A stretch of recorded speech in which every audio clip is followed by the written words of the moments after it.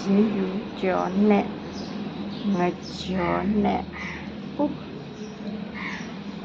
ဂျားပြောင်းလေးကိုချစ်ပြီးတော့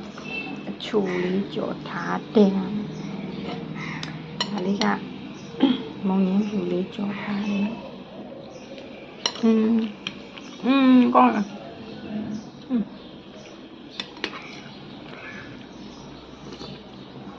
ကျွန်တော်ဒီမိနစ်ချက်တာ